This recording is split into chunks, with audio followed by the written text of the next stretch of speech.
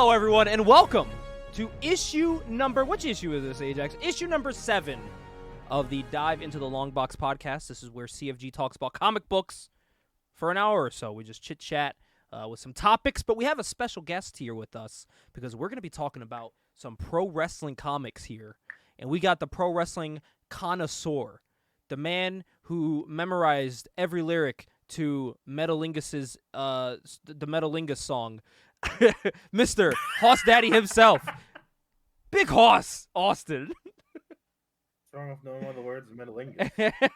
I'm sorry, I don't think Edge has a comic, but China does. We'll talk about that. No, there's nothing wrong with it, Hoss. It's just awesome the fact that I am currently wearing my vagina shirt. Nice. Everyone should have one of those.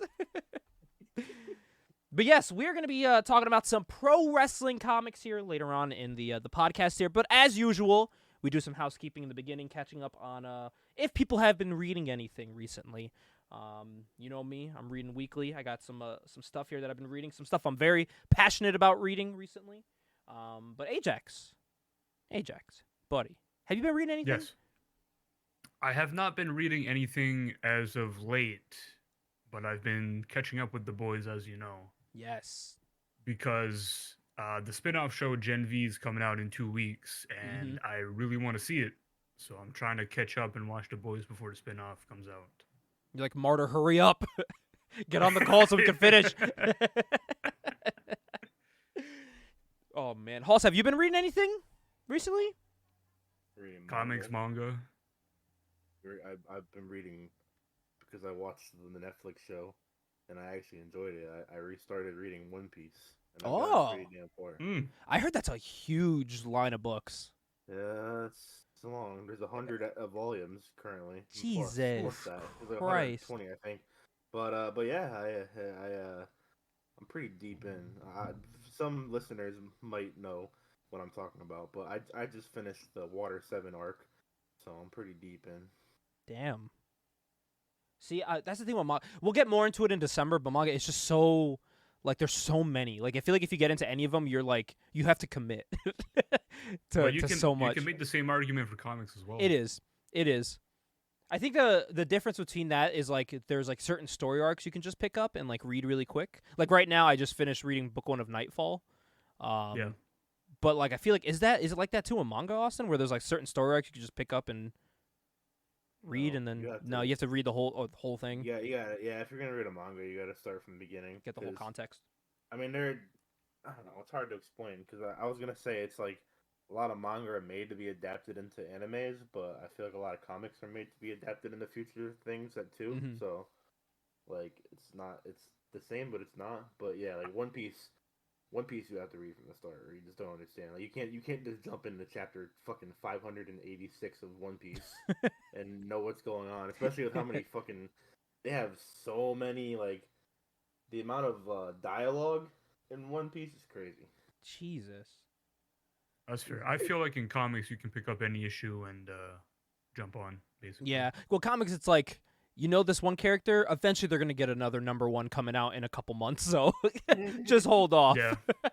You'll be able to jump into a new story soon, or it'll say on it, like, new story starts here or some shit. You'll get, like, a message about it so you know where to pick up. Oh, dude, even when mangas do that, you gotta fucking read from the start. Like Naruto, they have. I mean, we'll talk about more obviously when you get back on for the manga one. But like in Naruto, they released the Boruto series. Now they have Boruto, the Blue Vortex. But like, even to understand anything in Boruto, you have to read all of Naruto and all of Naruto Shippuden. And to get into Boruto, the Blue Vortex, you have to read all of Boruto, Naruto, Jesus Next Generations. Jesus Christ. You can't pick up chapter 1 of the new Boruto Blue Vortex and understand a goddamn thing. So, in total, you're probably looking at like 60 volumes or so. More. Naruto altogether, I think, ended at 72. And then Boruto, I think, it had to have been like 10 or so for Boruto, like 10 to 20 for Boruto. Because each volume's only like 6 chapters or so, and each chapter's like anywhere between 20 and 40 pages. Right. So what I've been observing the past month since we've done this, it's Ajax. Don't worry, it's not as big of a pile as it was last month. I think it was either last month or the month before. I had just had this giant stack of books I've bought/read. I made sure to limit it down to what I've read the past month instead of what I bought. Because if I did what I bought, we'd be here for like 3 hours talking about it. I buy stuff daily. A comic shop and can't help it. I walk out with like 6 books, especially because I was in New Hampshire and they had a 50-cent boxes, and I was like, "Fuck." Stop myself. 50-cent bucks is hard to pass up. Yeah, even shit that I was like, I don't need it, but should I get it? It looks good on my shelf. Yeah, exactly. Not even that, just to get it, because I know I can't get it for 50 cents here. Well, one thing I have been reading that's new. There's a lot of new stuff in my my stuff today. Void Rivals. This one I was like, because I'm not a big space guy. I'm not a big. Right. I mean, I like Star Wars and shit like that, but with comics, I don't really gravitate towards those. But something about this one, like the art style, is like unique, and it's in the same universe as the fucking Transformers. Like in this book, like they land on a planet and they're like, "What's this ship?" And the fucking champ goes, "Equal," and then it turns into fucking Sideswipe. Not Sideswipe, Sidesweep, I think his name is. And I was like, "What the fuck?" Cause I saw variant covers with the Transformers and I was like, "That doesn't make any sense. This has nothing to do with it." I mean, at the end, it still had nothing to do with it. They just showed up and left. So I was like, "What the fuck?" But, is it published by IDW? It's whatever this new one is. I guess they're owned by a new place now. It's owned by Image, but it's they don't have a name with their thing. It's this little like flight thing, but it's owned by Image. And they have, I guess now they share a universe with G.I. Joe as well. I guess now they have the rights to G.I. Joe. So like everything's in the same universe. It's fucking weird. That's interesting. Okay, so I'm very out of the loop because last time I remember Transformers and G.I. Joe was with IDW. That's what I thought too. But this is like a whole new thing. That's what I think someone posted a cover online and it's Optimus slam dunking on other Transformers. And that's for these new books. It's just like a cool variant of him like slam dunking. It's just some Autobots playing some basketball, the usual. A book that I'm 40 years late to the party that I have been loving, and I actually went on my way to go get volume 2, Mage from yes. Image. You mentioned this on Twitter. Yes, this is fucking great. Hoss, this is a book that came out in the 80s. And then they wrote the first part of the story, and then after 85, it didn't come back until like 97. So yeah, it's big time jump. Big time jump, and it's based off of like the artist and writer. It looks like him, how he looked at each time frame. So there's 3 different books. This book was him in the 80s. The 90s is how he looked then. And he made a recent book in 2017, and the character has like a bald spot, like a beard. And I looked up how Matt Wagner looks, the artist and writer. It looked like him, the big bald spot, the beard. And I was like, oh, cool. It's like a self-insert book, but done in a right way where it doesn't feel obvious that it is. It's just a cool book. It's again something I'm not a big. I don't gravitate towards a lot. Magic. Sometimes I do, depending on what it is. But this was just. It was cool, man. It was cool to see, cool to read. It still holds up to this day, in 2023. So good for him for writing a good story that I'm still reading. And there's 5 more volumes of this I have to get through. So after this, I'm probably gonna start reading volume 2. After this, I really want to read. He has a character called Grendel that I would really like to read one of these days. Grendel is so. I didn't know if there was any relation to Madman because he has the lightning bolt that looks like Madman's lightning bolt, and I don't know why. But yeah. He never wrote him or anything, but I don't know why it's very similar. I think Madman came after, but I'm not too sure. But yeah, he did write Grendel, which is another great one I do want to read. There's so many omnibuses of that. Yeah. They're so thick. They're thick. Yo, they're fat. Hey, fat on Fat Cock Friday, baby. So there's only 3 or 4 more things quickly. This is new. This is the most newest thing that I've read since we've done a recording. This is hot off the presses from this past New Comic Book Tuesday for DC. Batman and Robin #1. It's just cool that there's another Batman and Robin comic again, and it's written well. Damian's living with Batman now, which is his son, for people who don't know.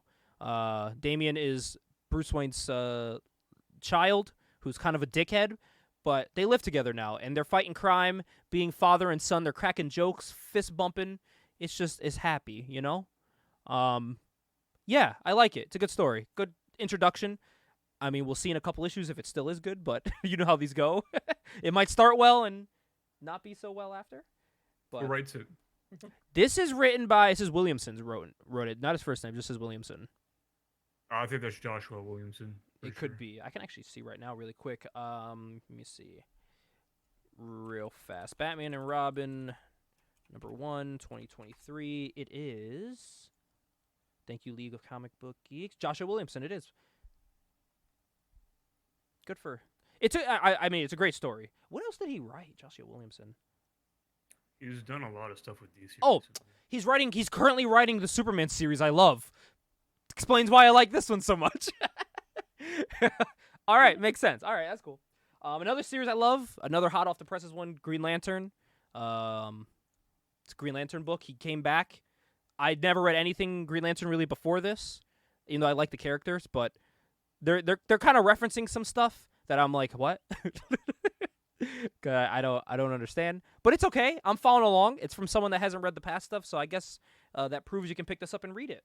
So, not too bad. Not too bad. And the last two things here. This is an old one.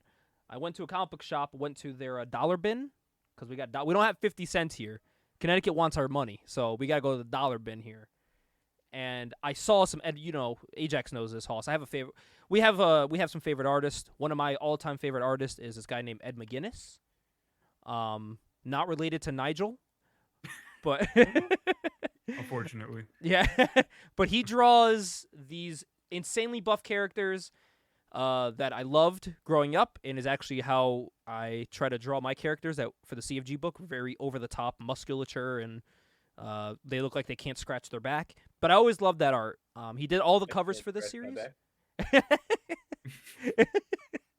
There's this character named Majestic from Wildstorm.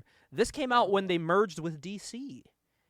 And the whole point of this book is he's trying to get back to his universe, and he can't. He has to choose between finding out what it's like to be a human or returning to his old world. So it's a fun little story there about it kind of gives it's kind of like a family story, which I like. And it's from like 2000 something. I think 2003 maybe, 2002. It's a pretty old book, kind of, for you youngins that think that's old. But good book. Highly recommend. There's only 4 issues. It's a very mini series. I would consider 20 years old to be kind of old, Gabe. Listen. I don't want to date. I don't want to date us. All right. I don't want to feel old or know that I'm old, as I'm almost 30, 4 years away from that. But this is the book that I looked forward to. The last one that I was looking forward to talk about. That I slightly discussed with Ajax before yesterday. I told him I'd report back about a book that I got, and it's a book that has to follow in some big footsteps.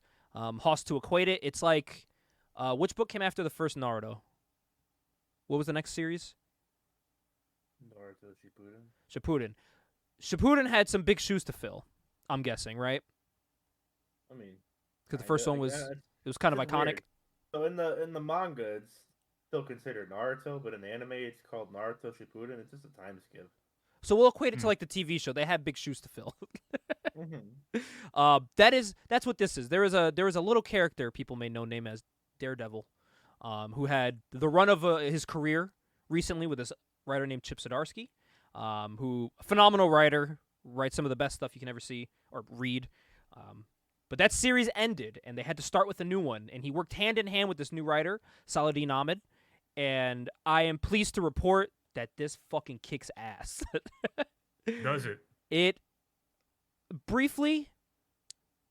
is about Daredevil. So this is the thing. It does follow after the Zdarsky run, so I don't want to say too much for people that haven't read the Zdarsky run. I haven't read it, but that also proves that you can pick this up and read it without having to read it, because they kind of explain what you need to know. All I'll say is Daredevil lost his memory. He is trying to remember his past, and he's trying to become Daredevil again. But because he lost his memory, he feels like his powers that he has are gifts from God. And Matt Murdock's a priest, Father Matthew.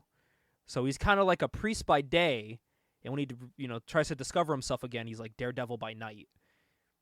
But the best way to describe it for people that have some love for these characters, I'm about to say, take a usual Daredevil or Batman book that we usually get, because those characters are written pretty similarly sometimes, and add in some John Constantine in there. There's a lot of religious undertones. Daredevil does some exorcisms. Pretty fucking cool. They really tackle the devil side of his name in it. I fucking love this shit. And it still has Elektra as Daredevil. She's still in this. So it's really fucking... It's a thick-ass book, too. This shit is... It's fat. I highly recommend this. I don't want to say too much without spoiling it, but this just came out again. This came out on Wednesday, 2 days ago, at the time of this recording. So you can definitely, if you're listening to this the Wednesday after. So, the Wednesday after this came out. So you could definitely still get this at your local comic book shop or Newberry Comics for people that don't have any shops near them. So highly recommend this book. This is my favorite book that I'm reading besides Superman and Batman and Robin. So spend your money. This is not a paid ad. Not a paid ad. But it's time to get into the meat and potatoes, the first of two topics here tonight. Boys, professional wrestling is an interesting sport. Professional wrestling... Yeah, it sucks. I love it. It's been described many times, I've heard, as comic books come to life. So what happens when professional wrestling meets comic books? It's, I'm going to say 9 times out of 10, is a miss. But it's fun to look back on. Let's be very generous. Yeah. So back in the day, there was some iconic books that came out. I mean, I guess you call them iconic, but they kind of set the standard for what you would get out of a wrestling book with WCW. And I'm actually going to share something with you guys right now, because I may or may not own, paid for, so I can share this with you, some digital WCW books. Oh. Let me see if they're still here. I still got some issues here. And just so you guys can look at it really quick to see what this looks like, let me know if you guys can open this here. This is just a couple issues from WCW that existed way back in the day. Let me see here if I'm able to open up issue number 1. Issue number 1. Let me see the year on this, if I can see a year on this. So this premise. So this is the thing with comic book wrestling comics. I don't know how many of you guys have read, but they try to, at least this one tries to keep it in the realm of wrestling. Like, this one's about a battle royal going on, like a Royal Rumble. Mm-hmm. And that's the story of it. They're like eliminating each other. The story's just to get to the end, and it gives you like a cool little surprise in it. But that definitely changes over time. So this WCW one's very tame. It's just about a one wrestling match that's going on. Are you guys able to see it on your end? You have to accept my request to view. Accept your request. Here we go. We'll do this. I'm going to have you guys reload that right now. Try again. Just so you guys can get a feel of what that looks like. That's not the request access. Really? Well, maybe if I do this. Haha. I'm an idiot. Live here on the podcast.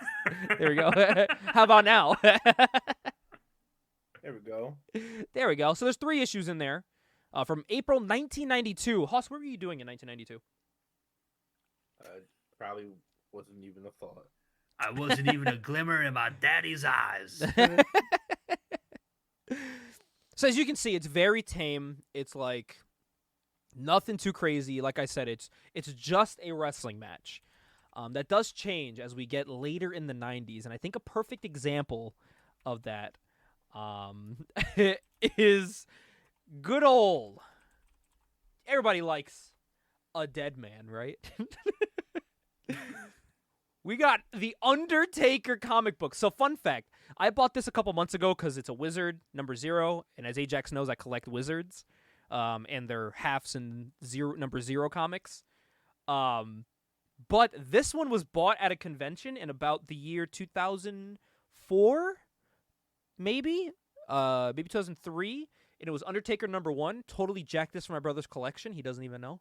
Because my dad got this for him for a whopping $1 in the year 2003 at a convention here My in Connecticut. goodness. Yes. This book, so I read number 0 before this because I was like, I need to know. I've owned these forever, especially Undertaker number 1. And these are from 99. Guys, these are the most fucking ridiculous things I've ever read before. Undertaker is a regular wrestler, right? But when he gets in the ring, he sees his opponents as demons from hell. So when he's fighting them, here, so you guys can scroll through. This does exist here, for you guys to look through. When he's fighting these superstars, he's fighting them as demons from hell. They're from this place called Stygian? I have no idea. And they're just random nobodies that he's wrestling on Raw. But I don't understand this entire book at all. Hoss, if you're ever wondering what a 90s comic book is like, it's this. It's art that looks cool, but makes no fucking sense. At all. Like, now, he has, like, a Undertaker, like, he fights these demons, and he knocks their teeth out and pins them, and there's this character called the Embalmer, like the people who embalm bodies. And he's laying in bed with some bitches, and he's watching Monday Night Raw very angrily when Undertaker defeats these demons. And he tombstone pile drives this guy and literally snaps his neck, like kills a person on Raw. And like banishes his soul to hell. As like, yeah. And like the leader of this like dark realm is Paul Bearer. It's so weird. And like he sends off like his pride and joy to go kill the Undertaker to get you excited for issue number 1. And guess who it is? It's his brother Kane. Yeah, so the Embalmer at one point also, like, after Undertaker kills his demon people on Monday Night Raw, the Embalmer, like, puts his hand on these 2 women's faces that he just had sex with and burns their bodies with his bare hands. Kinky. I don't fucking know. So, I feel like if someone went from the WCW books to this, they'd be very confused. It still has to do with wrestling, but the demon aspect, I think, really throws me off. Everyone in this comic book is drawn like they're a fucking Maximum Sweat figure. They are. They got like the hunchback and everything. Yeah, this whole book, like I said, it looks pretty. The art's great. But yeah, it makes no sense. It really doesn't. Chaos Comics made this. Chaos Comics.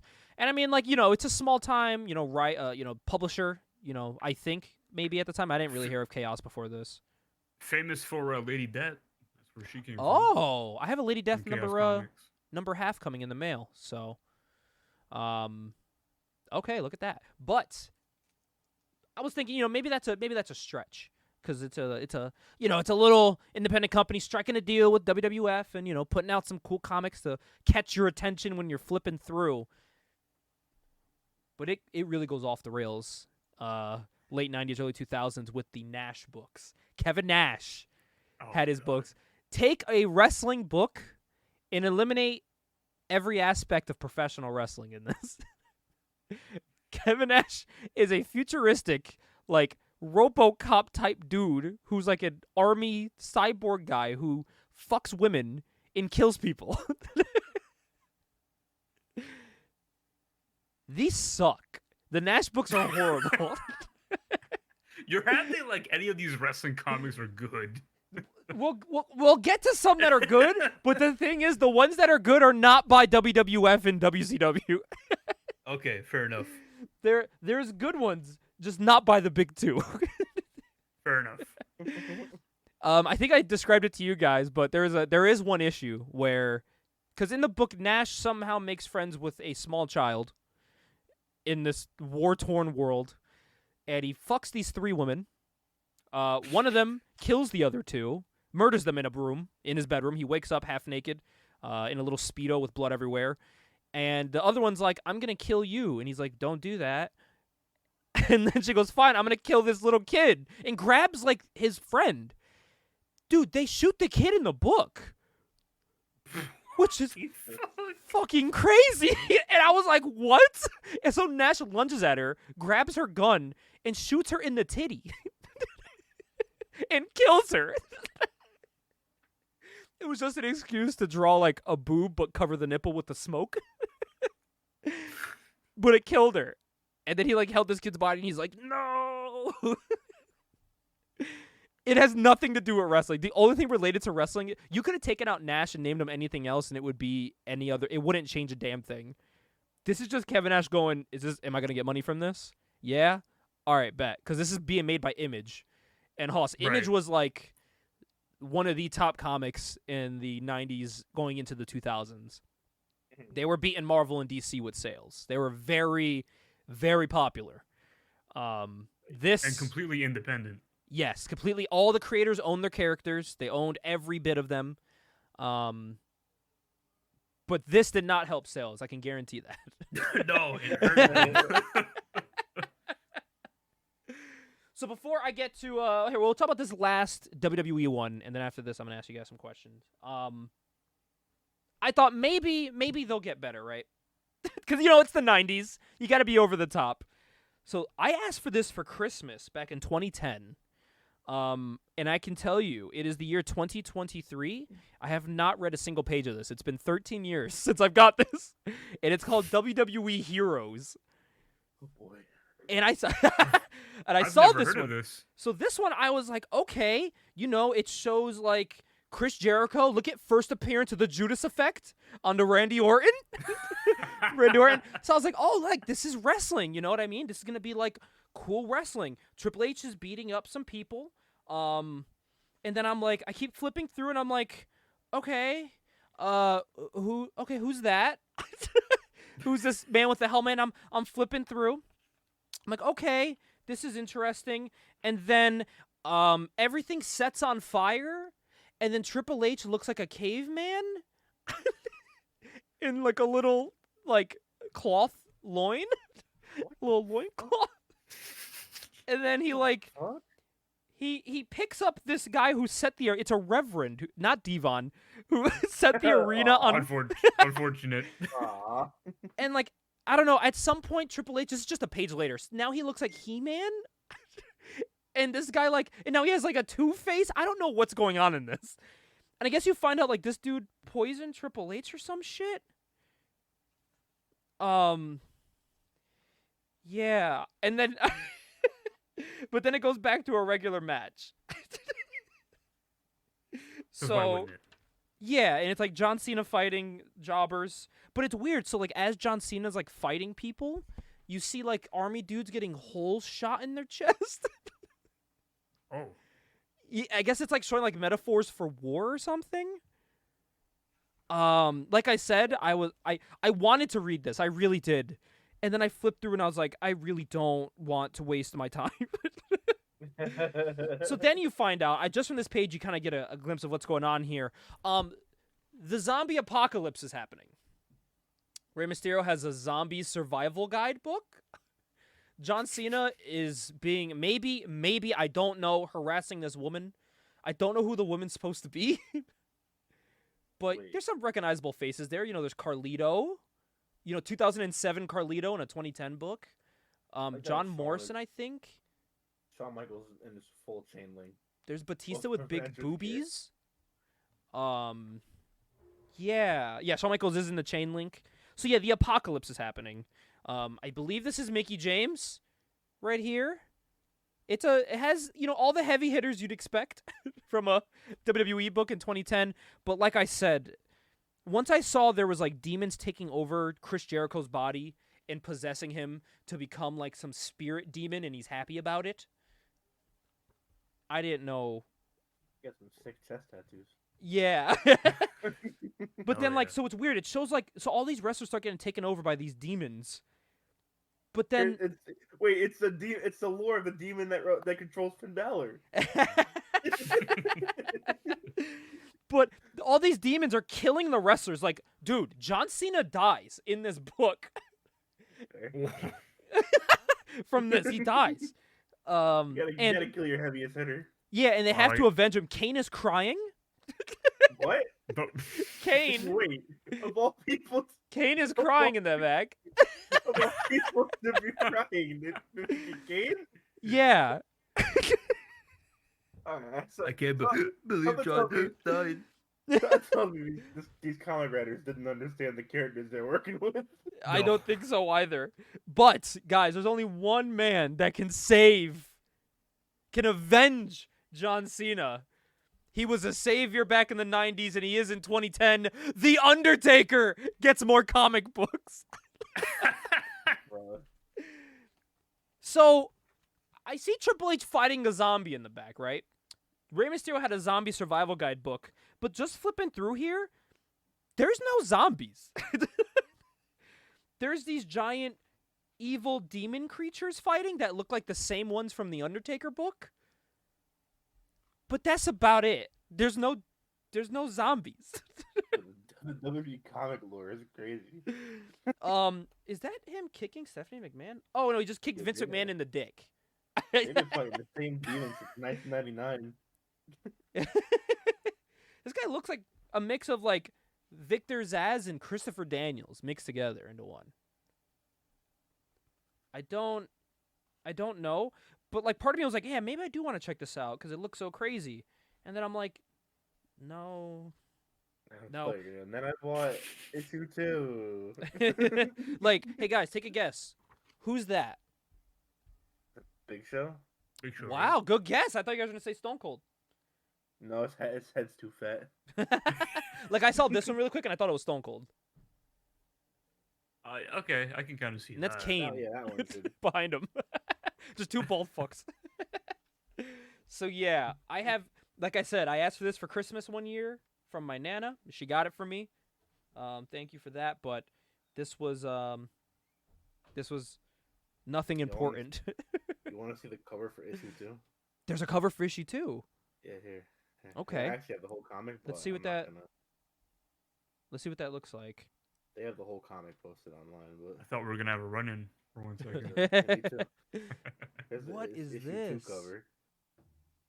I have See, no like that has synopsis. nothing to Oh, do hey. with what this book's about. At all. Like it's about like these creatures, but it's why are they being hunted by a cyborg? Wait, what the fuck? Yeah, these are interesting. This is issue 3. So yeah, so I believe this is what I have here is the collection of all the issues. So this collects yeah. Bro, It doesn't tell me look, what it this, encloses, but it's talking about the new Mattel toy line This is issue 3. coming soon. That's the cover of issue 3 right there.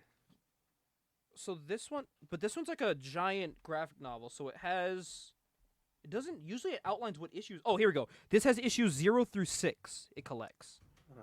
So the covers you're seeing are the singular ones. Rest in peace, Triple H. That's a very dark cover. That's issue 3. Does he die in issue 3? And this doesn't tell you like when the next issue starts. You can't just like quickly flip through to see.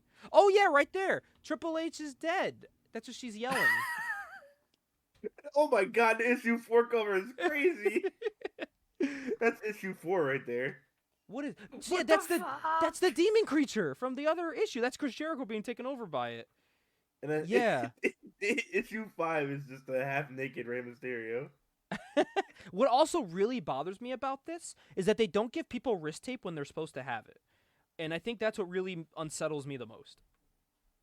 What the fuck is this? What the fuck is this? The issue 6 cover. And I what the hell is that? Why does his body? So the issue for number 6, it's like a weirdly contorted Triple H. The anatomy on the right doesn't even it doesn't make sense. It doesn't match up. So okay. Why his back arch like that? So here's some of the lore. So your issue 6 is the last issue of the first run of WWE Heroes. But what you see at the end of your thing, Mhm. advertising the Undertaker one, That's his own, right? No, that's season. That's like season 2. Oh, It's Timequake. yeah, Heroes Timequake, because that one, you have the issue 1 cover. The issue 2 cover is this. Oh, what is that? It's a weird evil Rey Mysterio. Yeah. So yeah, it's good to know that even into 2010, guys, we went from 99 to 2010, and nothing's changed. Then they do it again in 2015. So I will say, so these Boom Studio ones, these are interesting because these take on storylines that happened on TV, and they'll recreate like iconic images from the storylines, but then they'll add in like backstage stuff, which is like the story of the comic. Which I'm like, all right, that's cool. I haven't really read enough of these to have like a general consensus of what I think about it. But from what I've seen, it's much better than this. Which again, the bar set's real low with this. So I've read a few of them. Mhm. The art is good. Yes, the art's beautiful. It is much better than like the 90s like Chaos Wrestling comics. But it just feels so bland.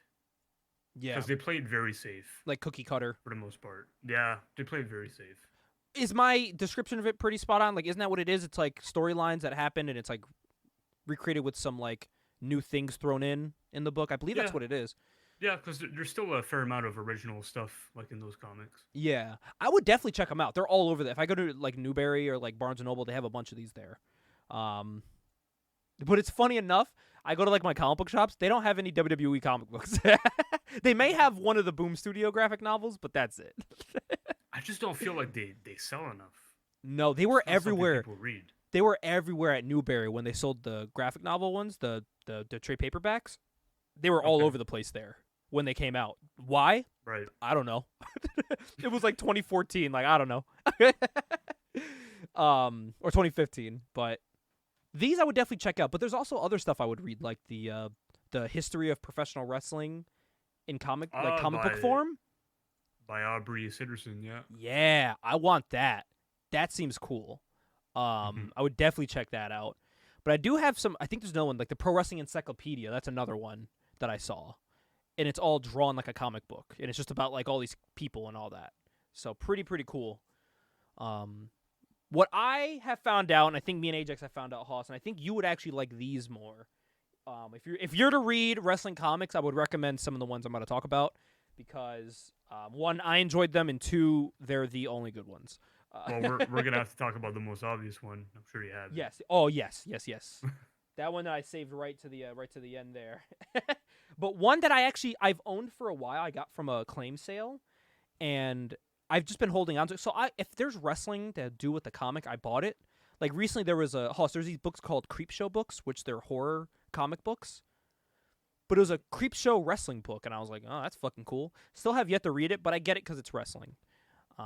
Just like this one called Ringside from Image Comics. This one, I've had it for a while, and I was like, it's whatever. I'll check it out whenever. I read it last night, and I was like, fuck. I want to read the rest of these. Because it has to do with wrestling, but it's about the backstage area, like parts of wrestling. And it's not like over the top. It's like realistic. Besides the end, it's a little over the top. But it's about like a retired wrestler who like he can't use his old gimmick anymore to like make money because it's owned by another corporation. And he's just like very depressed. And they don't tell a lot in the story about him because you have to read the rest of the issues. But at the end, he gets jumped after going to the bar and meeting up with some old wrestling friends. He gets like jumped in an alley. So he goes to his friend's house and they get guns and they're going to go kill the guys. But the whole point of the book is that he wants to become a pro wrestler again. I like this. This is actually, I enjoy it. Sounds ridiculous from what I just said, but I think actually reading it would make more sense than what I described. Like you meet like his friend and they're like talking backstage about how like they're hitting the road to hit the next town and they could stop and get some food before going to the hotel and stuff. And I think it's cool from like people that know backstage wrestling stuff, like all of us, to read it because I think it's really cool. It really captures the realistic side of wrestling where like these guys have like fucked up joints. Like even though like some of these guys want to keep wrestling, they can't. Some of the guys are like agents and producers even though they don't want to be, but they have to be because they're old. It kind of captures like the real life backstage politics of wrestling, which I think is really good. You got to call out Jamie Noble like that? Nydia. And then these, I don't know how I got this. I think I might have gotten it like in a loot box or whatever. But you guys have probably heard it. The Tales from the Road books. Sounds familiar. So what it is Headlocked Comics. It's the ultimate stop for wrestling comics. It is literally a comic book publisher that only publishes pro wrestling books. That's it. But the writers is where the catch is. Because every issue is written by a different wrestler. Where they come up with their own story. It can either do with wrestling or it doesn't have to do with wrestling. That's why it's called Tales from the Road. It's just stories you tell. A lot of them are like stories they would tell in interviews and stuff like that. That would be recreated in a comic book. So I have this one that came with like a loot box, and it was Tales from the Road written by Thunder Rosa, and it was about one of her first matches she had, and it's funny looking back because it's about how she doesn't get along with someone backstage. So I actually believe this book actually happened. Like this is her old tag partner, and now they don't get along because Thunder Rosa wanted to be a singles wrestler. Something tells me maybe Thunder Rosa's the problem. This is it. The tragic tale of a friendship shattered and a rivalry born. I like it. Please, Rosa, don't do this. It's too late. She says it's too late. There's no going back. Yeah. I like these because it's like it's written like someone's telling you the story of what happened, which I think is cool. I think that they're told well and fun enough. There's some cool ones in there. Let me pull this up really quick here. Tales from the Road. Let me just list off some of the names. Comic books.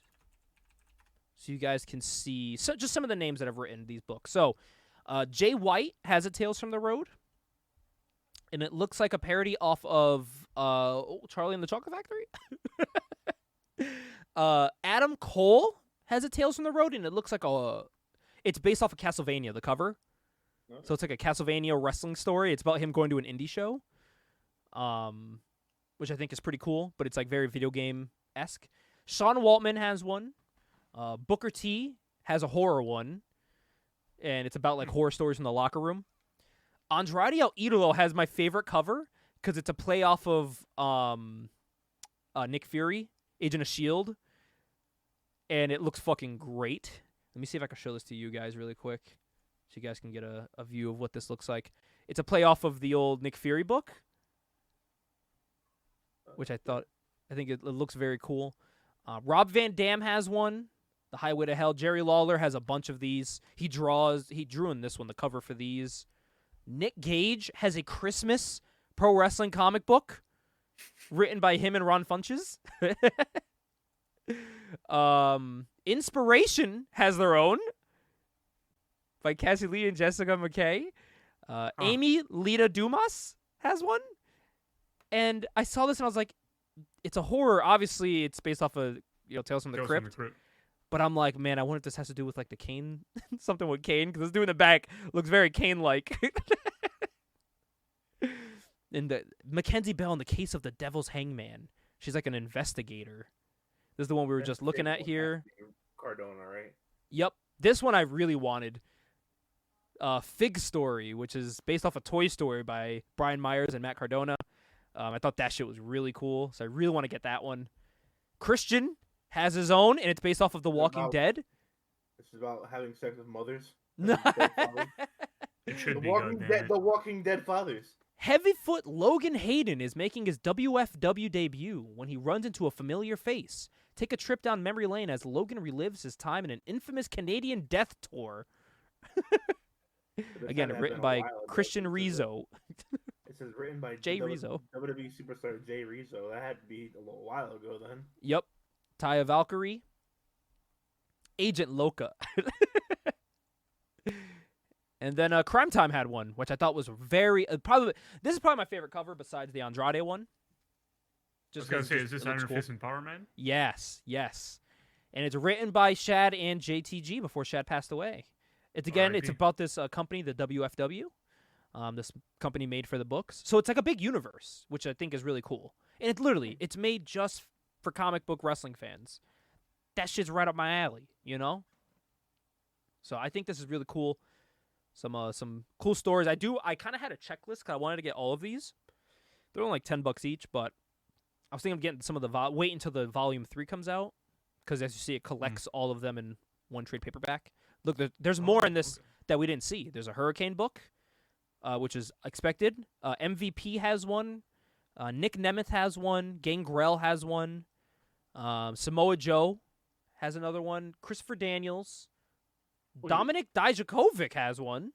Why do they have fucking Ziggler listed as Nick Nemeth? I have no idea. Maybe because they couldn't put Dolph Ziggler on this. That's my guess. Mustafa Ali, MVP, Rob Van Dam, Samoa Joe, Taya Valkyrie, and the Young Bucks. Introduction by Drew Gulak. And then Volume 2 has AJ Styles has a story. Thunder Rosa, Cardona and Myers, Crime Time, Pentel 0M, John Morrison, Frankie Kazarian, Danny Limelight, Effie, Danhausen, Jeff Cobb, and Van Dam has another one in here. And another intro by Drew Gulak. Also, it's cool that they let Lawler do the images, the covers for these. That's really cool. I was about to say, I didn't know that like Lawler and Gulak were involved in these things. Dude, Lawler you probably know Lawler's such a great artist. I knew Lawler was an artist, but I didn't realize like Drew Gulak was so much into like these comic book things. Yeah, this is great. See, like it was stuff like this, and I wish this existed when. Cause I know Chikara had all their covers of their DVDs drawn like comic books. Like, man, but what if this existed when Chikara was like running their shows popularly, like in the mid 2000s? That would have been cool. That would have been really cool. But would have, until Quackenbush fucked everything up. Ajax luckily did send me a link here of something. The Luchaverse by Master Republic, who currently make some Lucha figures. This shit I did see on Twitter, Ajax, and I was like, I am all over this. It's something I've been wanting to read for a while because the art looks good. Yeah, this looks phenomenal. I'm trying to see here. Where can you get this from? Lucha Lit. Let me see. Single issues remain available on luchaverse.com. Oh, please still have some. Oh, they got the trade paperback right here. Oh, wait, the complete one-shots collection for 30. It's only $30? That's the hardcover version. Oh, that's not bad though. Oh, 15 for the softcover. Yep. Damn. These look cool. Dog, is that Conan? Yo, that's Conan as an army guy. As an army toy. Dude, it's a wrestling comic book with an action figure cover. What? Oh, this one's sold out, so you got to get the trade paperback if you want to read this story. Not surprised that Lucha Brothers, one of their books. Oh, wait, is this the same one here? Oh, never mind. You can read it. This one just sold out for some reason. Oh, wait, this one is too. Wait, so is this one. Wait, a lot of these are sold out. I take it back. You can't read the Lucha Bros. They're sold out. Damn, that's real cool. Yeah, I saw this. I don't know when I saw this, but I was like, and I bookmarked it. I would probably consider getting the one-shot collection. Yeah, me too. I'd consider it. Only 15. That's not bad. It's very affordable. Yeah. For how many pages? Probably. Oh, it's pre-order. Wait, what? Pre-order? Can I just buy it now? Why does it say pre-order item? Don't lie to me. Oh, it says it starts shipping in December. Oh. I think that's what it said. Starts shipping October 1st. Oh, okay. But I don't know if that's like not updated since when they posted it. Because the original thing's from 2019. So there's no way this is still in pre-order. Yeah, there's no way. There's no way. It's probably just, they probably didn't update it. Well, guys, I think there's one mother lode of a comic book. And this will attract all three of us. Because it kind of fires on all cylinders and hits everything we like about not only wrestling, but comics and like character designs all in one book. And it's a little book, again, another Image comic called, Ajax knows, Do a Power Bomb. Hell yeah. I just went to a comic book shop Hoss, this book is fire. Last time you were in the studio, I was like, dude, this is the one. If you're to read any wrestling comic book, this is the one. You've had that for a while, right? I've had it for Since March. Since March, yeah. Because I think that's when the I trade paperback came out. I remember you showing it to me at some point. So, like, the cool thing about this book is, like, just to show you, like, a page, like, so it's a wrestling book about a girl avenging her mother who died in the ring. And it's about her.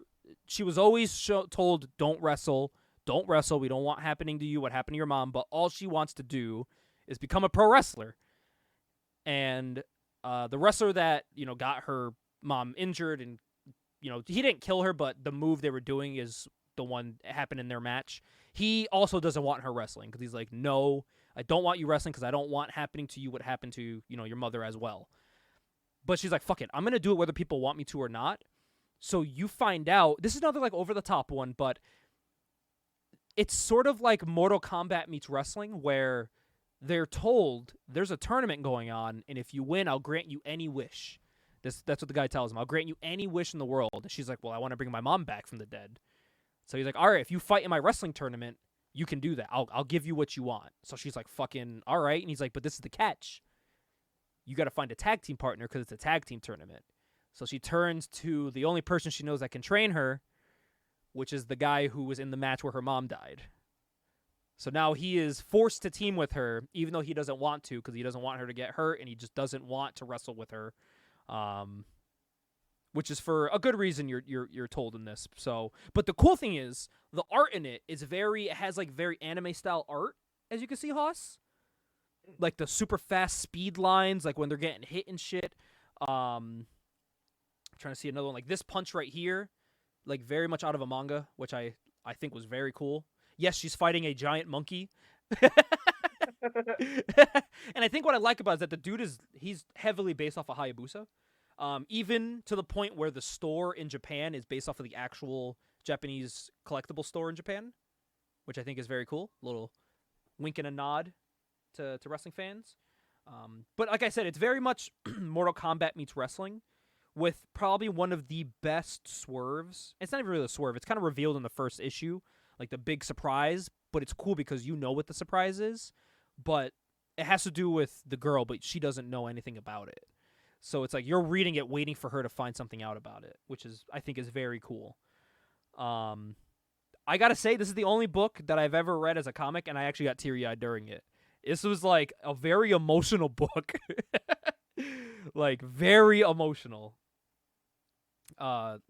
With little stuff like she wrestles, and at one point she wrestles in her mom's gear, and she does an elbow drop, and it cuts to a panel of her mom hitting the same elbow drop, and I'm like, man, that's so fucking sad. Like, her mom dead, bro. It's sad, man. I don't know, like, if I should say spoilers, 'cause I don't know if you guys, like, are planning on reading it, so, like, I don't know what I can and can't say. Yeah, I would keep the spoilers to a minimum. Yeah, like, that's all I'll say. I just want to describe it enough where it'll hook you in, but, like, the ending is one of the happiest endings. Like, as you can see, it's a thick book. Dude, I finished this. I don't read a lot of trade paperbacks in a day. Probably Mage was the only one besides this. I read this in, like an hour. Like, I just fucking went through it. And it's very heavy on reading. But I didn't want to stop because it's so good. It is a very, very cool book. Like I said, a lot of, like, a manga-esque art with pro wrestling stuff. Dog, there's fucking death matches. He's getting hit with a light tube. So you know I'm all over this. So highly recommend Do a Powerbomb. And when I went to New Hampshire to go to the comic book shops, they had Do a Powerbomb #1, the issue #1. And I was like, man, do I get it? I mean, I don't need it because I have the trade paperback, but I was tempted to get it just to have it. So who knows? Maybe I'll go back. Wouldn't it be nice to have a graded copy of it? Exactly. That's how I was like, fuck, man.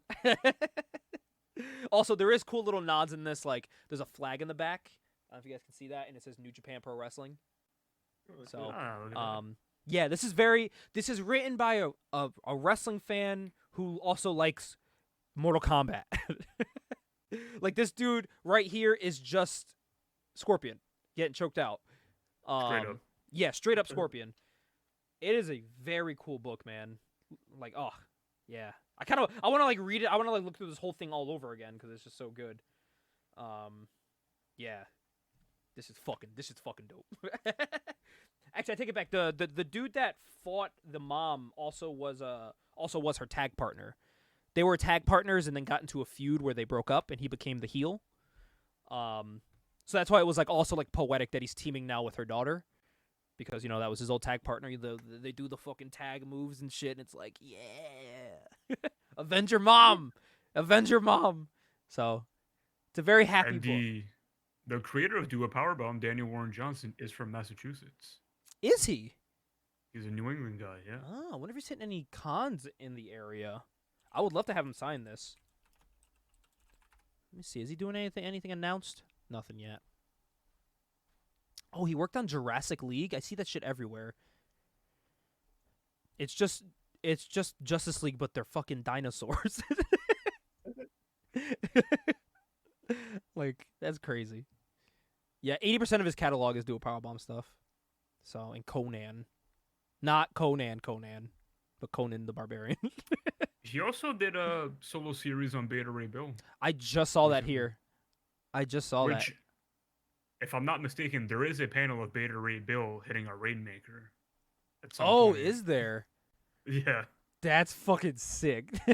Is he the artist on these as well? I think he might be. Yeah, illustrator Daniel Warren Johnson. Yeah, Beta Ray Bill.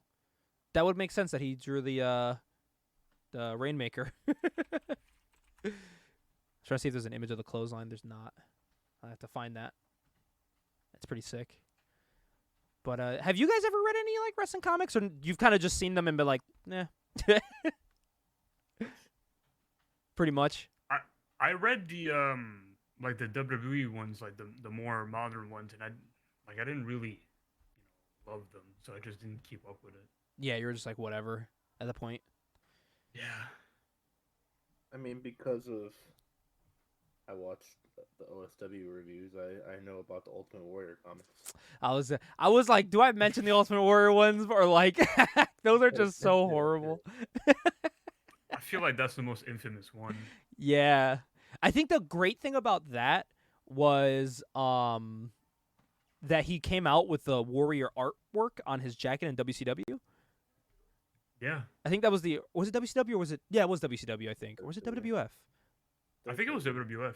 WWF? No, but yeah, WWF because he had When he came back in '96. Yes. Because he had a deal with them that he could advertise his comics. Great, fantastic deal. Yep. Fun fact: Mattel actually came out with an Ultimate Warrior figure, and that figure has the artwork on the back. Oh my god. This was the reason why I bought the figure, because I just wanted that.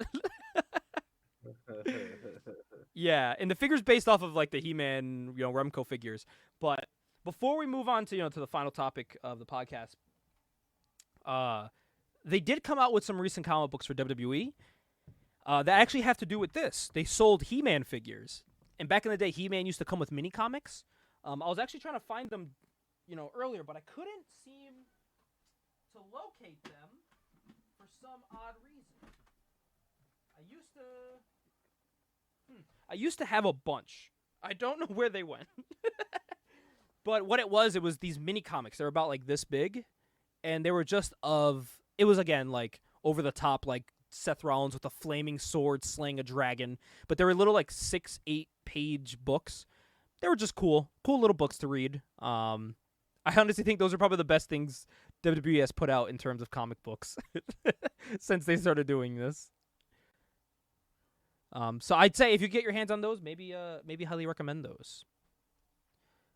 But if you're reading comics, guys, as we talk about this final thing here, this is something that Maniacs have kind of touched on in the past, but I want to get your guys' take, your personal opinions on it. Digital or physical books? Which is the route you tend to go down, and why? I think I'm always going to prefer physical over digital. Mm-hmm. I just like owning it in my collection, looking at it in my shelf, being able to pull the book out anytime I want. Mm-hmm. With digital, you can do the same, but like you also have to be aware of like memory space, storage space. I mean, you have to do that with shelf space as well, but I don't know. That doesn't bother me as much with physical books. Yeah, because you can always just get more boxes to put them in, Yeah. more display things to put them up if you want to. Yeah. I have always been physical because I like holding the book in my hand and flipping through the pages. But I do see the convenience of digital. Like, I got to say, I own the books we were talking about today, but when I was in bed and I was like, I kind of want to just read this Taker book, but it's all the way down in my long box downstairs. I don't want to go down 2 flights of stairs to just get this Undertaker book. It was easy just to get online because I already own it, so I'm not bootlegging nothing. I was like, let me just knock this out really quick, and it's only like 6 pages, so I quickly read that. So I could definitely see the convenience of like wherever you are, you can read it. And I think another thing, it comes down to like cost. So like I'm currently reading the 90s Green Lantern Kyle Rayner series, which buying that physically, there's over 100 something issues, and some of them get fucking expensive. It's like, do I do that, or do I just pay the $6 a month for DC Universe and just read it on there at my own pace? Or do I get the 5-finger discount? Yes, or the 5-finger discount, where you can locate these online. But Hoss, so how are you? I know recently you've kind of been reading one over the other. I mean, I prefer physical, but Shonen Jump has all the mangas available for only $2 a month on their app, so I've been reading that way lately.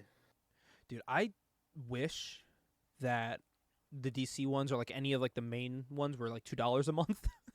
Oh, that'd be amazing. Hoss, we gotta pay like anywhere from like $8 to $10 a month just to read their books, and then they have another layer. I think now you like if you want to read the trade paperbacks for DC, like the thick graphic novels, you have to pay like $100 and something a year. That's the only way you can read them. Ridiculous. Dude, the fucking the Shonen Jump app, like, it has basically every like main manga that's available, and new chapters released the same day in the app as they do in Japan. So Oh, really? the minute a new chapter drops for like One Piece or Boruto or Dragon Ball Super or whatever, it's available immediately on the app. See, that's what I hate about DC. You have to wait 6 months from when something print releases to read it digitally on their thing, on their app. So That's way too long. Dude, there's 3 different tiers. The first tier that I pay for, $8. I ain't paying more than that. It gives you over 27,000 comics to read anywhere. New comics are available 6 months after, but I get them weekly or monthly. You get some discounts on like their website for like toys and stuff and statues, and that's it. Then the next one is the annual $75 one, which it's everything you get in the other one, but you save $20 a year. But this is where they're fucking people over. They added this third tier in called the Ultra tier for $120 a year. That's the only way you can get this Ultra tier. You can't pay for it monthly. So at first they put every book available for the $8 tier. When they introduced this, they took away a lot of them, so now you got to pay for it. And what's fucked up is like they'll do certain issues. So if you're reading a series, if you want to read that issue in the series you're reading, you have to get the Ultra, which is super fucked that's up. Scummy. So like they have Gen 13 on there, but in order to read, I think it's like number 3 or 4, you have to have Ultra. What? So instead of 27,000 books, it gives you 32,000 plus books. You get the new comic books released 30 days after print release, because they're really trying to push their print release, so they don't want you to not go to the comic book store and buy it. You now also get books from Vertigo, Black Label, and any of like the collector edition books. This is the only cool thing: you get a free DC collectible comic book that's only exclusive to Ultra members. So, and you get it mailed to you physically, so you'll get that in the mail. And you get like events and discounts for this. Who fucking cares about events for a comic book reading app? Who cares? I don't pay anything more than $8 a month for this shit. So here's what's included in the Shonen Jump one. So there's Shonen Jump and there's Viz Media. Viz Media doesn't have anything like crazy. Like I think the most popular thing on Viz Media would probably be like the Pokemon Adventures mangas. Mm-hmm. But the Shonen Jump one, and I'll read you some of the stuff that comes in included after I read this description here. So for it's $3. So for $2.99 a month, still That's not bad. That's you still get, better than 120 a year. you get access to 100 chapters a day from Shonen Jump's digital vault of 15,000 plus manga chapters, which nobody's reading 100 chapters in one day. Payment or whatever, it doesn't matter. You have up to 100 Shonen Jump chapters downloaded to your device at any time. Downloaded chapters are automatically removed in 7 days, and the manga that this includes that you can read here range from anywhere between. You have looking for the most popular ones. You got all of Bleach for people who ever heard of that. You get all of the Naruto and Boruto chapters. You get all of Chainsaw Man. You get all of Death Note, Dragon Ball, and Dragon Ball Z. There's even a spinoff where called That Time I Got Reincarnated as Yamcha. You got shit like fucking. I said One Piece before. Hunter x Hunter's in there. JoJo's Bizarre Adventure, all 6 parts are on here. Which I know a lot of people. I haven't read that one yet. I gotta read that. I heard that's pretty good. You get My Hero Academia, which I know you comic book boys would probably be interested in. Yeah, That's a superhero themed anime. I've seen a little bit of it. It's very reminds me of X-Men a little bit. Mm-hmm. It's a good comparison. You got One Punch Man's in here. I know Gabe likes that. That's a great. Again, it's another, and I like. You'll realize the animes I like are superhero themed animes. It's like One Punch Man, My Hero Academia. Those are all up my alley. I've seen all of One Punch Man. It's Dude, One Punch Man is phenomenal. It's still getting new chapters to this day. Thank God. For old school manga heads, Rurouni Kenshin's on here, and Yu Yu Hakusho just got added yesterday. I know, I'm familiar with those. Yeah, Yu Yu Hakusho is legendary. That one, I was surprised it wasn't on this app, and then yesterday it just randomly got added. And so like the apps also, there's a free version of the app. Oh, and all the Yu-Gi-Ohs are on here. Oh yeah. There's a free version of this app where they give you access to certain stuff that you can like. So like all the new chapters that release the day of, you can get that for free. The only thing you're paying for is access to the back catalog, and then they give you free stuff weekly. So like right now, they have like the top 10 Yu Yu Hakusho chapters all for free for people to try it out. Huh, that's a good deal. And then if you decide you wanna keep going, you can pay the $3, or you can not, and you still get access to all the free chapters. So like today alone, they released a new chapter of JoJo, One Punch Man, and Chainsaw Man, and they're all available to anybody. That's a pretty good deal. This is the thing too. So, by the way, Hoss, none of ours have free, like, they have like 7-day free trials, but that's it. There's no like free version, which really pisses me off. Free version of the app. Yeah. Even if you do have the app, like because you can. So the cool thing about Marvel, like when you buy a physical book, they'll give you like a digital code, so you can have it digitally as well to add to like your digital collection. I mean, you could read that without a subscription, but in order to read anything that you don't like buy physically, you have to have the subscription. Dude, I'm over here. So you know how DC has that $120 one, and they give you like one exclusive comic book for when you sign up. Dude, the Marvel one's way better. First of all, they added a new thing. It's only $100 a year, right? But they give you 2 exclusive comic books, a display case, what is this? They give you a collector's case for an exclusive, only way you can get it is through this, an exclusive Marvel Legends action figure of Nova, and like a cool patch that you get. I'm like, man, this is worth it just for the figure as a collector. I'm like, I kind of want this figure. But the thing is, I'm looking at Google and it shows like they're called exclusive member kits. There's different ones. So I'm like, oh shit, every year do they send you a new figure? Because if that's the case, I want in. Give me that.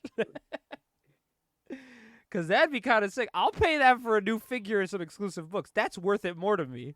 Because I think I get more physical stuff with that, you know?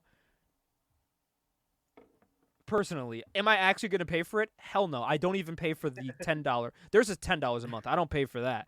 I don't like Marvel books that much to do all that. So, but yeah, I don't know. I really wish that these wouldn't charge us so much. Oh, it's only for your first year you get the exclusive. Well, never mind. I'm out. It's not yearly. God damn it. I feel like you get more people that way if you do it yearly, but whatever. What do I know? What do I know? I'm not a businessman. But I can't wait. From what we've heard tonight, I'm stoked to talk about the manga books That'll be fun. in December. Really It's gonna be a fun time to discuss that. But Yeah, it's something I can get more in depth on. But it's gonna be it's interesting now, guys, because this is the final part. This is the part me and Ajax always look forward to on this podcast. And Hoss, back in the day, don't know if you know, there was these things that covered. So you remember back before the internet, you had to get your news from physical media. You know, like newspapers, Time magazine. Well, Hoss, we had our own magazine back in the day, and it was called Wizard magazine. Like I know about that. Wizard magazine. I know You've about that. You've probably seen my box full of them before, have you? Probably in the Yeah, past. and I think they had a spin-off magazine made by the same company that detailed like Toys. trading cards and stuff. And Oh, toys. they had trading card ones. They probably did. I wouldn't be surprised Believe- because they did have a believe toy they had one. Wizard trading cards. Yeah, they had Wizard trading card magazines. Oh. Oh wait, is that? Because I know there was like a Wizard trading card one, but I didn't know if it was I don't think it's a part of Wizard. Like this Wizard. I think it might be. Let me see, Wizard. Because 'Cause I think you're thinking Wizards of the Coast, and they didn't make the magazine. They made certain trading cards, but they didn't make that magazine. let me see, Wizard's card I magazine. could be wrong though. Because this one started like 93. These started, and what this is, it just covers news for comic books back in the day, and this one's actually interesting for two reasons. One, for what we're about to discover and discuss here, and two, because it is a little preview of what we're talking about next month in the podcast, as the cover is covering Frank Miller's Sin City. So next month we're going to be reviewing and ranking them accordingly for the books. So I thought, why not look at this article where it's called Dressed for Success? And don't worry, if you guys don't have the book in this call, I'm going to share with you guys some images. So the Dress for Success, what it does is it takes characters, and this is Wizard's idea of the 10 best superhero designs of all time. Me and Ajax, in I think issue 1 of this, discovered what we think is the best 90s comic images or comic costumes of all time. This happened in 97, so that kind of falls in place with that. But they're counting all time here. So what I'm about to list out is their all-time list of heroes. Number 10, immediately out the box, someone I don't fucking know. Number 10 is this character called Jack in the Box.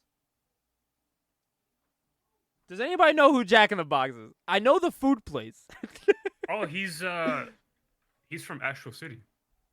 That's Did the that- Alex Ross and Kurt Busiek series. What year did that come out? Like 96. This say. came out. I believe you're right. I'm just looking because I'm trying to see. This book came out in 97. So this came out 95, 96. I was just curious Okay. because this same issue, for some reason, does a casting call for Astro City. And then the first character on here is from Astro City. They use the same image. And I'm like, all right, was there some like paid advertisement that I missed? Because not only do they include a top 10 list with this, they also do like a honorable mentions. But the honorable mentions are costumes that they think suck. And some of them are going to fucking shock you. Really? Yes. Interesting. So number 10 is Jack in the Box. Number 9 is a character I actually like, who also has Jack in the name. And it's a costume I love. I bought multiple action figures. Actually, every figure that exists of him, because I love his design. And it is Union Jack. Ah, yes. Beautiful costume. He's British, bruv. I'm British, bruv. Oh, you brother, go away. You gotta fin. Do you think Union Jack? Do you think Union Jack was at all in? 100%. He's the one that broke up the fight backstage. He's like, all in brother was my brother, bro. Come on. Cotton shit, bro. That's what he sounds like. I kind of want to read his books now to read it in like an accent. I pull out the gun, bro. You know, by bing bang bomb. You know, it's an OVO thing, eh? So that was number 9, right? So number 8 is an iconic hero. I would put this, if we're talking about all-time costumes, this might be in my top 5 personally, and it is the God of Thunder, Thor. They have Thor at number 8. By the way, these images I'm showing you guys on here are straight from the book. The book, straight from the magazine. So. Okay, so this is the classic Jack Kirby Thor. Yes. As you can tell from the weird anatomy of the knee and leg shape that he always did. That was I fucking love. I love all his art. So that's how we're starting off. So I was like, all right, this list is not too bad. Number 7, I wouldn't put it in the best of all time. I'd probably put the one that came later in the 2000s on this list at this spot. As they talk about Hawkeye. I didn't like the version with the sleeves. I think it looked weird, but in the 2000s it got better with the Ultimates. Yeah, I was gonna say the costume that they have now looks a lot better than where it kind of looked like this, but it was different enough. It was different enough where he didn't have sleeves. But yeah, this one, this one's whatever. But number 6, all-time suit. This would probably be top 3 for me, as number 6 is The Flash. Good old Wally West. Flash is top 3 for you? Actually, this is Barry Allen. Oh, top 3. Oh, 100%. I love me some Flash costumes. I like the suit. I don't know if it would be in my top 3, but I like the suit. So it's funny, when we get to the top 3 here, is when they start putting in the costumes that are going to make you turn heads. Number 5, solid pick for number 5. Another iconic suit here, as number 5 is the Punisher. Oh, hell yeah. As you can see in this image, he's punching a guy in the head, and I believe his neck is snapped. If you look at this image, his head is completely backwards almost. He says exactly, "Spill it, junkie," or "Sell help me, I'll crack," and he snaps the dude's neck. So that's the Punisher. He's very nice. I really like this look for the Punisher, even though I think we'll never get it back. No. He's got that new samurai one now, right? Yeah, With, but like, I was mainly just thinking about like ever since we got the Garth Ennis run. Oh yeah, which it was kind of Punisher. popularized, Punisher just wearing a trench coat. Yep. And the shirt and nothing else. Like back From, then, the Punisher actually had like an outfit. Yeah. Like a spandex type of outfit. And I think this blocky logo, I don't think we'll ever get again. They're all if they're gonna make a Punisher one, it's gonna be like the one you see on T-shirts now, where it's like the thin, like cheekbone and stuff like that. Mm-hmm. But now they changed it after all like the political stuff around the Punisher logo. Now it's like the weird samurai skull. I'm like, all right, whatever. Yeah, I think that's so strange, but yeah, odd. Whatever. Number 4 is one I thought they were gonna have at number 1 on this list, knowing Wizard. So Hoss, Wizard gets a lot of flack. It was a very popular magazine at the time, but it caught a lot of flack because people felt like they were like biased with all their stuff, and they seemed to favor certain things over others. So the number 4 at this list at the time was an interesting one. Again, something I thought was going to be their number 1, as their number 4 is Wolverine, which I think this is probably one of my all-timer costumes, one of my favorites. Oh yeah, for me as well. I mean, this is a great Wolverine look. It's a phenomenal look. My favorite one is that blue and yellow. They did have a brown and yellow, which I wasn't too fond of, the poopy brown. But I'm a big fan of the blue. That one just doesn't. Yeah, I don't know. That one just doesn't do it. So before we get to the top 3 of their all-timer list, they have this thing called Big Duds. And man, these Big Duds, I'm shocked, man. Some of these are characters that all they do is write home about how cool they are. And in this one, they just shit on all of them. So their Big Duds is a crazy list, dude. They have Superman with the mullet. They have Spawn. Like, what? Witchblade. What? And Gambit. What? I don't get any of these. I don't get these either. I don't understand at all. And here, look at some of these descriptions too. Spawn, stylish, cool, and gothic, but he doesn't look like anything specific. Sorry, but we couldn't pick you off of a poster if all we knew you by was your name. That is the biggest load of bullshit I've ever heard in my life. Doesn't look anything specific, so you mean he looks completely original? Yeah, and you're telling me if you look at Spawn on a poster without knowing, like, you can, if all you know is Spawn's name and you see him, you can't be like, oh, that's Spawn. That is bullshit. I just feel like that's BS. Superman, we're talking about the classic suit here, not the hunk of ass new one. Hunk of ass. And before all of comicdom collectively jumps down our throat, all we're saying is that Soup Suit, while a classic, has one glaringly lame, horrifically outdated element: his red underpants. Motherfucker, do they not know? Wait till you see who number 3 is after hearing that. Come on, DC, hire Alex Ross, Jerry Ordway, or somebody to tweak that suit into greatness. Alex Ross drew him in the underwear. They put on Witchblade. What costume? I think they said. Not to cut you off, Gabe. No, you're good. But the mullet Superman seems to be very, very controversial. Which I don't understand. It's just Superman with a mullet. Yeah, I don't understand it You know what's either. fucked up? I like Superman with the long hair. I think it looks different. I think it's cool. I don't know. Maybe it's just me. I think I may be in the minority with that one, but I think it looked cool. I think it's just because in the 90s, it was the cool thing to draw everyone with big muscles and long hair. Yeah. And so why So not I think Superman? people might have... Yeah. Also, it was the hairstyle. It's not like they were making up a weird hairstyle. People had mullets in the 90s. Honestly. People have mullets now. They could draw mullet Superman now, and I wouldn't bat an eye. I would be like, okay, he has like the weird shape up on the side with the mullet. He comes out looking like Love Doug, you know what I mean, with the mullet. I would love to see that. And I liked when Superman had a beard too. I think when he had the beard and the long hair, someone drew that once, and I was like, that looked cool. I'm cool with that. Oh yeah, I like Superman with the beard and the black suit. I think that's Me the right too. look. The blue and silver, the black and silver. In these display boxes here, I do have that on display on a flight base. Mm-hmm. That figure. They have Witchblade on here. Witchblade. They said, what costume? We never said making a good costume was easy, but making no costume shouldn't be an option. This is the fucking magazine that sucked Witchblade's dick off every single month. For years. And the thing is, this is 97. I can guarantee... We covered issues of this from 98 where all they're doing is fucking gawking Witchblade. So I don't understand this list. And they're probably doing it in 96 as well. Yeah, 100%. And the last one on here before we get to number 3 and 2, Gambit. They put, what the hell is he wearing? A quasi-superhero suit beneath a trench coat?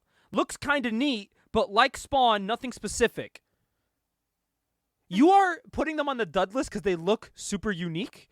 I do not get it. I don't get it either. I'm about to rip up this magazine. They're Hoss, Gambit is my favorite comic book character of all time, all right? They are disrespecting my boy Gambit. I'm going to lose my mind. But you know how they talk about Superman's underpants and how lame it looked? Well, number 3 on their list is none other than his best friend, Batman, who, ding, ding, ding, wears underwear. Outside of his pants. I have to clarify. Like, what? Like, literally, the costume they chose, I feel like they purposefully chose one where he's covering the underwear, but he 1,000% was wearing it with this gray suit. He didn't cut that off until Rebirth. I was gonna say this is actually a really bad picture to show off the Batman. The suit. I know the people listening to this podcast can't see the picture, but like the way it is like the cape is basically like wrapped around him, so like you can't really see the suit.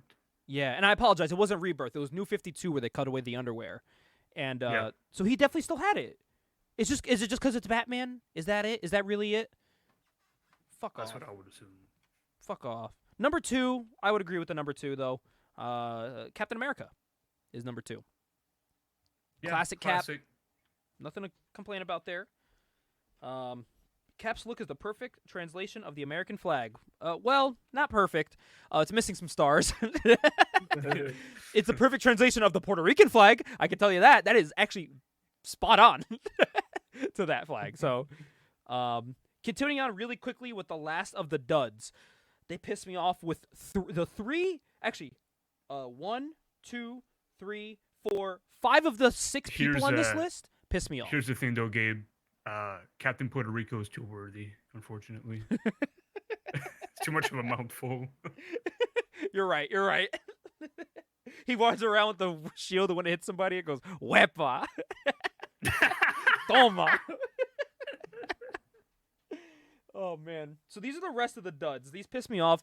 I feel like they also graded this on like how the characters were written also, because these designs aren't horrible. The first one is X-Man, Nate Gray. Controversial character because the book was written, but I think he had a really cool design for the 90s. He had the cool jacket. It was so cool to the point, to bring this back to wrestling, Johnny Gargano wore Nate Gray gear for an NXT show recently. I think like a couple years ago, whenever he was with The Way, he came out dressed like Nate Gray. Yeah, I remember that. I marked the fuck out, and they made a figure of it. I need to buy it to put with my Nate Gray. Next on here, see, they put, he's like a bad 1980s MTV video nightmare. Somebody tossed this guy back into the Duran Duran video he walked out of. Give me evidence as to why he sucks. Don't be a smartass wizard. Then they have Doctor Strange. Pretty cool, and somebody who almost made the list, but there's something missing in his design. He needs a slightly more Vertigo-esque weirdness about him. Okay, I could see that, but I don't know why you have him on the dud list. If he almost made the list, it's not a dud. Don't get it. I've never had a problem with Doctor Strange's design. Me neither. Personally. I even like the cool, weird leopard cheetah girl gloves. Think those are cool. Yeah. Daredevil. They say in the beginning, cool, sleek, simple design, but too simple. Brother. It's too simple. Brother, Batman. Brother. Have they seen Batman? Hawkeye is literally just blue and purple. That's it. Punisher just has a skull on his chest. What the fuck? What'd they say? What do you get when you take the yellow out of the Flash's mostly red costume? A character that didn't make the top 10 best list. Alright, that's kind of funny, but fuck you. Next on the list, Deadpool. They said, a wisecracking athlete dressed mostly in red who often finds himself in conflict with the low. Sorry, this list was for the 10 best designed costumes, not the most embarrassing Spidey Xeroxes. It's then a why very is he... of its time reference. And why? Yeah, Xeroxes. By the way. Very of its time. By the way, they are shitting on him because of his personality. Why is he on a dud costume list? Yeah, it makes no sense because they don't talk about his look at all. Same thing with X-Men. They do nothing with both. Next one, Cable. They put, we hold this guy responsible for the shift away from superhero costumes and into the doesn't take much skill, militaristic character design. You just wait until the Ultimates. In current Marvel movies where all they wear is military costumes, basically. I like Cable, but I kind of understand it, and that's also not the most flattering picture of Cable because I can tell that's Liefeld because Cable's got no feet. He's got no feet. The leg warps to the inside, which makes no sense. Yeah. It looks like someone snapped his leg in that image. Yes. And the last one's Moon Boy. He's a monkey that rides a dinosaur, and he's naked. That sounds awesome to me. I don't know. I don't even. Why not add a picture of that? Yeah, honestly. Who the fuck is Moon Boy? What the hell is this shit? I don't know what this is. It's just he's like Beast, basically. Oh, he's in the Devil Dinosaur? Yeah. Can you still see this? Yeah. Oh, okay, yeah. Yeah. He's T-posing in that picture. Yeah, he's just a monkey. That's it. He's just like a human monkey beast type of guy. So, yeah. He's just Beast, but not as cool. So, number one, I wasn't shocked that this was number one. I think if you guys were to put a number one on this list, what would your number one be? We'll start with you, Ajax. What would your number one be on this list? Probably Spider-Man. But I'm Hoss, biased. Hoss, what would yours be? Yeah, probably same thing, honestly. Well, you guys should work for Wizard Magazine, actually. My bad. Number one is, in fact, Spider-Man. I kind of saw it coming when I knew the list. I was like, I think Spider-Man's going to be either top 3 or number 1 on here. This magazine's weird. If you guys look at my webcam, they're advertising these cards, but it's like a 3D, shitty 3D model of Spider-Man. You could see his eyes and his mouth in the mask. It looks like a mod of Super Mario 64. The evolution of art in a revolutionary card set. Now I want these trading cards. They're Fleer boxes. Damn, dude. Now I want these cards to see if all the art looks like that, it's an instant buy for me. The Fleer Ultra Spider-Man 97 cards. 81 of them. I'm going to collect every single one. Live unboxing. Hey, that'd be fun. We should do it. Opening. So that was the top 10 costumes of all time from Wizard Magazine from September of 1997. This was a month before Hoss was birthed. His mom was pregnant with him at this point. I was already out the womb. That was crazy. When this magazine came out, and it's hyping up again in advertising. It's funny. It's advertising the Sin City half issue that I own, but I can order it with the little mail-in slip. Let's go. Guess what I'm ordering tonight? It's also got some butt cheeks. Let's go. Oh yeah. Oh shit! Even got some on the cover. Frank Miller loves drawing woman butt cheeks. Also, this has a big 16-page special cover of Spawn the movie. 16 pages just talking about backstage stuff, the actual movie. It is pretty cool. They show John Leguizamo getting like the makeup put on him in this, which I think is really cool. And like they show him getting all the shit put on him for the movie, like the fat suit and all that. I think that's pretty cool because in the movie it doesn't even look like him in the movie. I think he said it took like 6 hours to put the makeup on. I don't deny it. He probably says it in here too. Yeah. I would not do that. He said he would listen to Sheryl Crow songs during it. That's so dated. But... All I want to do, have some fun. Hoss, I'm going to get you like a fat suit where it gives you like this crazy... How many chins does this guy have? 1, 2, 3. And we're going to have you be him for Halloween. Would you be that for Halloween? No. You have to sit through 6 hours of fucking fat suit makeup though. So... Come on, man. You can walk around and be like, "Hi guys," and they're gonna be like, "Oh my God, Austin, what are you for Halloween?" And you're like, "I'm the Violator," you know. That's the character name. I'm the fucking Violator. That's what anybody wants to hear on Halloween night. I'm the Violator. I'm the Violator. Booga booga. Well, I think that's a wrap here for our Dive Into the Long Box issue 7. Look out for the one shot that'll also be coming out on that. I think we're gonna be highlighting on that issue a comic of the month. We'll discuss what that is at the time. Do I even have what that is here now? I do. And it's something I'll be covering. It's actually another new book. It's Dawn of DC's Blue Beetle #1. A little hype if you guys haven't seen the movie yet, but it's a very good book. That'll be the comic of the month next month. Or next month on the next one shot that's happening. But yeah, Hoss, thanks for coming on and just chit-chatting a little bit, looking at some bad wrestling comic covers with us. Thanks for having me, pal. Thanks for coming, Zaddy. He sounds like a ruined man after learning about all these books. There's an Austin before knowing these books and after knowing these books. Nah. Your boy just happens to work at 5 a.m. He's tired. Well, guys, we will see you on the one shot. You guys take care and stay safe.